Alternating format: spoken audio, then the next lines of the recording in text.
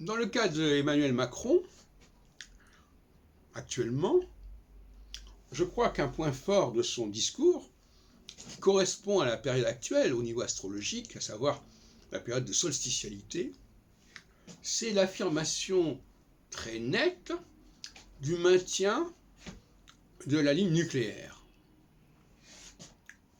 Et ça, c'est une façon de, c'est une forme d'exception française, si on peut dire, quelque part. Une exception française qui a des répercussions économiques, etc. Et c'est vrai que la voie nucléaire, c'est pas évident. Hein, c'est pas évident, ça pose un certain nombre de problèmes. Mais les autres voies aussi, ne serait-ce qu'au niveau écologique. Bon. Donc il y a une sorte de clivage entre les pro-nucléaires et les anti-nucléaires en ce qui concerne la gestion des ressources, la question du carbone, etc. etc.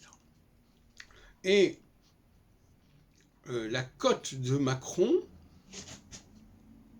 peut être renforcée au niveau des élections par ce positionnement. Et je crois que c'est assez heureux qu'il se positionne aussi nettement maintenant, parce qu'on attend d'un président de la République française qui sache créer du clivage, on peut dire. Je dis actuellement, puisqu'on est en phase de solstitialité. La phase de solstitialité, ça veut dire qu'on n'est pas obligé d'être dans le continu et dans l'unanimité, etc.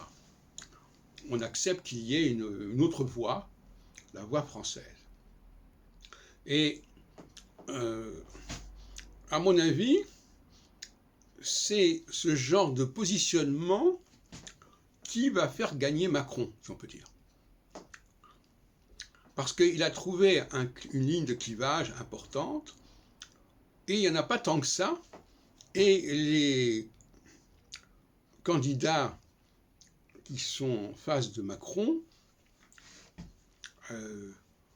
cherchent leur positionnement. Dimanche, on aura le grand meeting de Valérie Pécresse. On verra si elle est capable de proposer un positionnement original. Alors, dans le cas d'Éric Zemmour, il ne faut pas trop s'inquiéter. Il a trouvé aussi son propre positionnement dans son rapport à l'immigration, qui lui aussi peut considérer comme une sorte d'exception française.